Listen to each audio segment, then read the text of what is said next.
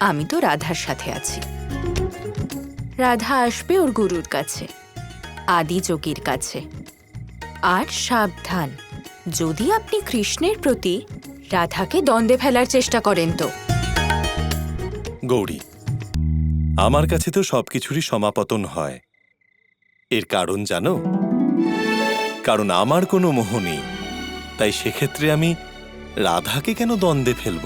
তাহলে ঠিক আছে, আশা করি কৃষ্ণ রাধার শপথকে পূর্ণ হতে দেবে। অদ্ভুত দ্বন্দ্বে পড়ে গেছি। গোপালের বাঁশির সুর শুনি, কিন্তু কৃষ্ণের দিকে আকর্ষিত কেন হচ্ছি? আর ও তো শপথও নিয়েছে, কে জানে কেন। কৃষ্ণ আমার আর গোপালের প্রেমের মধ্যে কেন আসছে?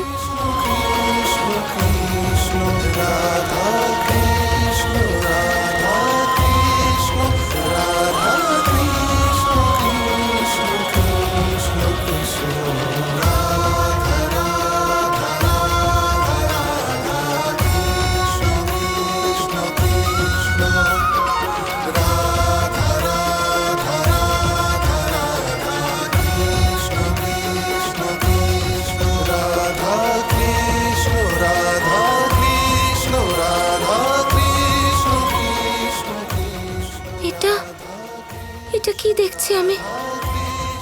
আমি তো এখানে, তাহলে কৃষ্ণের সাথে রাস করছি কি করে?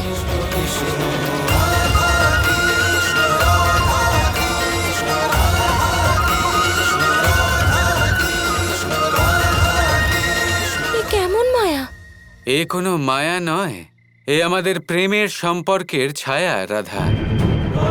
যেখানে যখনই কোনো প্রেম রাস হবে, তা রাধা কৃষ্ণের রাস ছাড়া কখনো পূর্ণতা পাবে না। রাধা আসছে, মনে রাখবেন।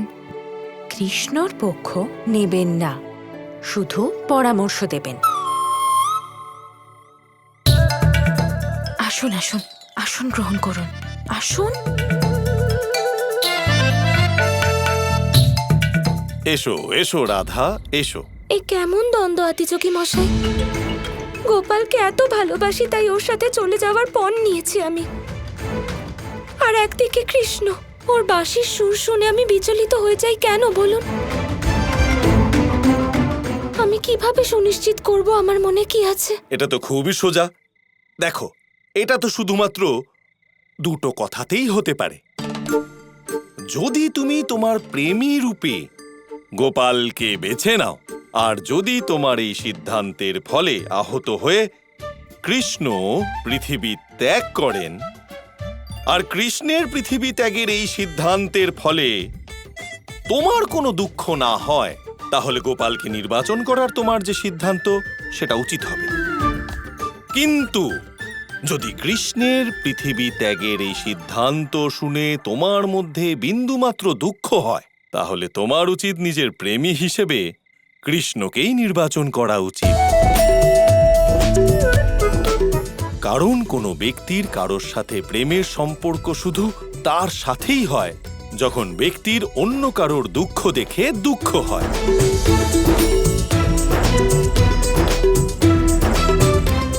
যাও যাও, যোগ ক্রিয়া করো আর চিন্তা করো। অসাধারণ আদিযোগী, কত ভালো জ্ঞান দিলেন আপনি। আপনি তো প্রেম বুঝে গেছেন। ধন্যবাদ দেবী। প্রেমের এই শিক্ষা তো আমার মতো অঘড়িকে স্বয়ং আপনি আর আপনার ভ্রাতা শ্রীকৃষ্ণই বুঝিয়েছেন।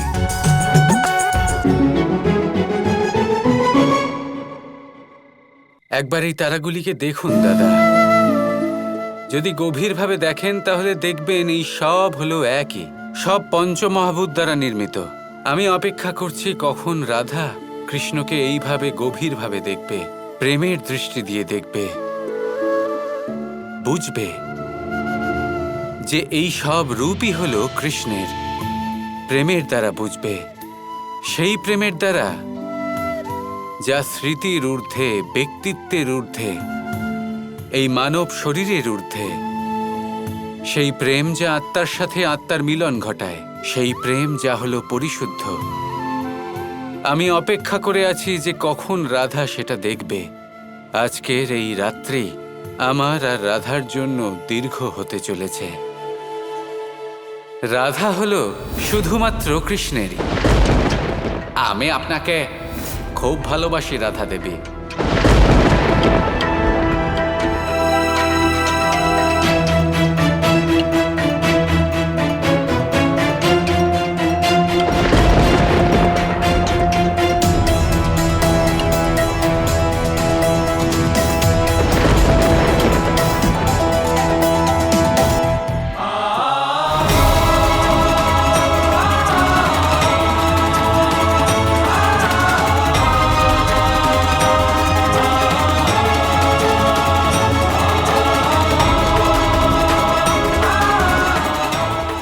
এমন নয় তো যে কৃষ্ণ আমার জন্য অপেক্ষা করছে, যদিও সত্যি পৃথিবী ছেড়ে চলে যায়, আর তাও আমার জন্য? না না, এরকম হতে পারে না।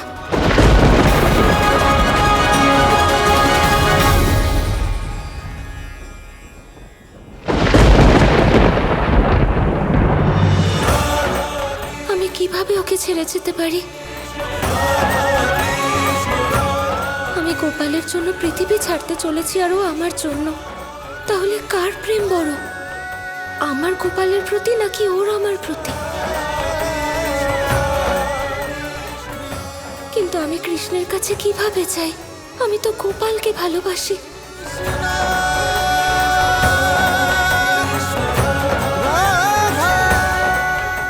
একদিকে কৃষ্ণ, আরেকদিকে গোপাল।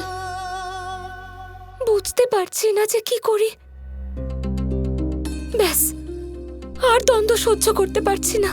না গোপাল না কৃষ্ণ, কারোর সাথে যাব না আমি।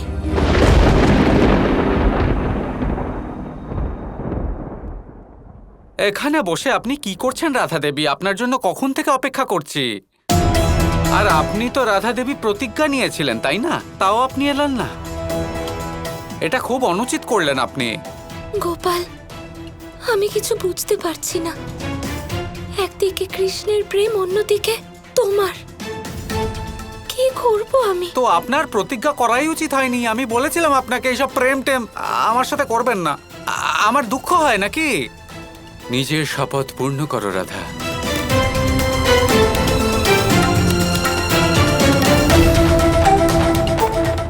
আমি তোমাকে পৃথিবী ছেড়ে যেতে দিতে পারি না। আমি তোমাকে ভালোবাসি, তোমার জন্য আমি তোমাকে ত্যাগ করতে পারি রাধা।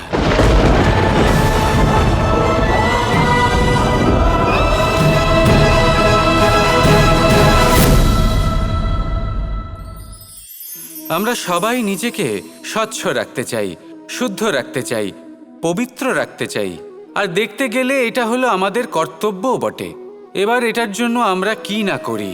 যখনই আমরা সকালে উঠি, তখন উঠেই আমরা দাঁত মাজি। দিনে যখনই আমরা সময় পাই, কিছু সুগন্ধি খাদ্য খাবার চেষ্টা করি, যাতে আমাদের মুখ থেকে দুর্গন্ধ না আসে, বরং সুগন্ধ আসে। এই পা দুটো আমরা শুদ্ধ রাখার জন্য, পবিত্র রাখার জন্য যখনই আমরা বাড়ির বাইরে যাই, পাদুকা পায়ে দিয়ে যাই। আর যখন ফিরে আসি, আমরা জল দিয়ে পা ধুয়ে নিই। মনে রাখবেন, সেই ব্যক্তির মুখ হলো সব থেকে বেশি পবিত্র, যে মুখ দিয়ে ঈশ্বরের নাম নেওয়া হয়, যার বাণী হলো অত্যন্ত শুভ, যা মানুষের পথ প্রদর্শন করে, যা মানুষকে শান্তি দেয়। যদি এই হৃদয়কে আপনি পবিত্র করতে চান, তাহলে মানবতাকে বুঝতে হবে, মানুষের দুঃখগুলিকে বুঝতে হবে, তবেই এই হৃদয় পবিত্র হবে। এই পা দুটো যদি আপনি পবিত্র করতে চান, তাহলে কোনো তীর্থস্থানে যান। ওখানে হয়তো আপনি জানেনও না যে কতজন সৎপুরুষ, কতজন মহাপুরুষ এসেছেন। তাদের চরণের ধুলো সেখানে পড়েছে, যা আপনার চরণ শুদ্ধ করে তুলতে পারে। যদি এই হাতগুলি আপনি পবিত্র করতে চান, তাহলে এই হাত দিয়ে শুভ কর্ম করুন, দান করতে শিখুন। আর যদি এই আত্মা আপনি পবিত্র করতে চান, একটাই বিকল্প আছে, প্রেম, শুদ্ধ নিঃস্বার্থ প্রেম। এই প্রেম বিতরণ করতে থাকুন। আপনি শুদ্ধ থাকবেন, পবিত্র থাকবেন। আসুন আমার সাথে ভালোবেসে বলুন, রাধা রাধা। Kৃষ্ণ কৃষ্ণ কৃষ্ণ কৃষ্ণ